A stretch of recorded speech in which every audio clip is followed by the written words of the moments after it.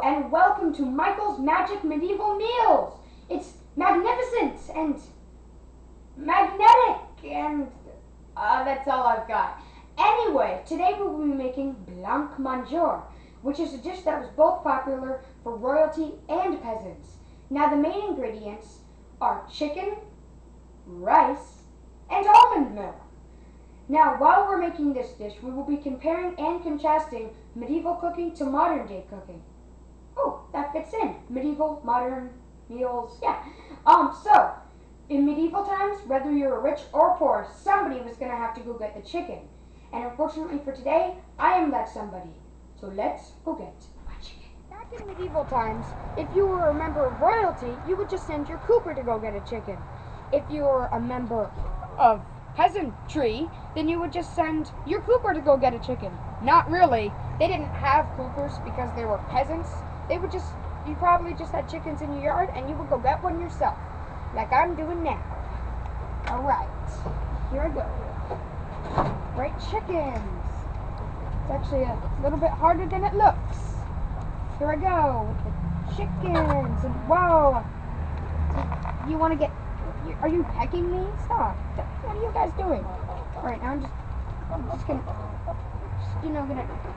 yeah, well, this is a little bit, they're starting to peck me. This is getting awkward. Bye! The chickens we just caught were much harder to catch than these chickens. They might be not as fresh, but they sure are easier to catch. That's called skills, people.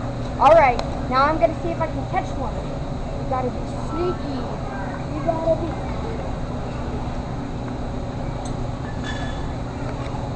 Good day's work, people. Once you've got your chicken, like I do here, you have to kill it, then remove its feathers. Feathers! Removing! Then you have to remove its guts. Ugh, gross. Then you have to cook it. You can boil it or roast it. But nowadays, you just got your Costco chicken. It doesn't come perfect, though, so you still have to skin it and pull off some of the meat from its bones.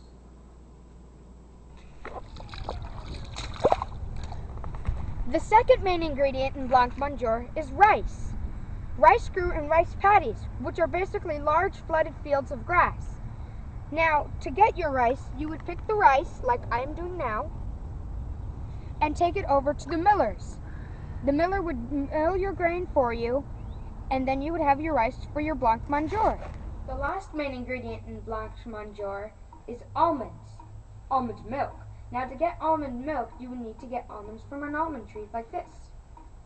You would pick the almond, like I have, then you would take it back to your home and crack the shell. After that, you would boil the almonds to make it easier to remove the skins. After you had shelled your almonds, you would boil them and put them into another container. This made it easier for you to remove the skins.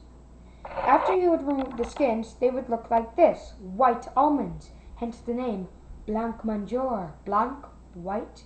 Then you would pour your white almonds into a mortar and pestle.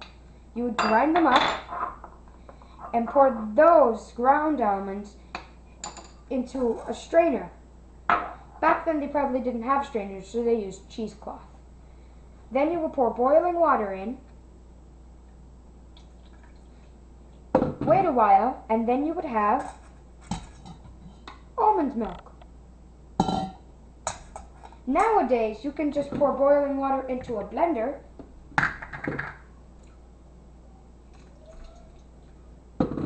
put the almonds in, and blend it up. Ooh. Or if you want to get really nowadays, you can just go to Costco and buy almond milk. Here are our final ingredients for Blancmanger. You already know about the chicken, the cooked rice, and the almond milk. But our minor ingredients is water, uncooked rice, salt, sugar, ginger, and white pepper. Now we combine all the ingredients into this pot. Back back in medieval times, they never combined ingredients. No, I'm just kidding.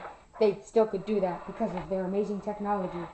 As long as they had pots and things that hold stuff. Now this uncooked rice, you're not eating uncooked rice. We cook it again, but that's just what the recipe calls for. So, you know, those medieval people. Weird. Alright. And then the rice. And the chicken. Alright. Then we stir it all up. Then we would take the pot to the oven. Now back in medieval times, they didn't have ovens, just like they didn't have combining ingredients. No, I'm kidding. They had that. Yeah. They would have cooked it on a kettle over an open fire. And that's how we get our Blancmanger. We've now cooked our Blancmanger, everyone. It's been a marvelous day. Good night. Or at whatever time you're watching this.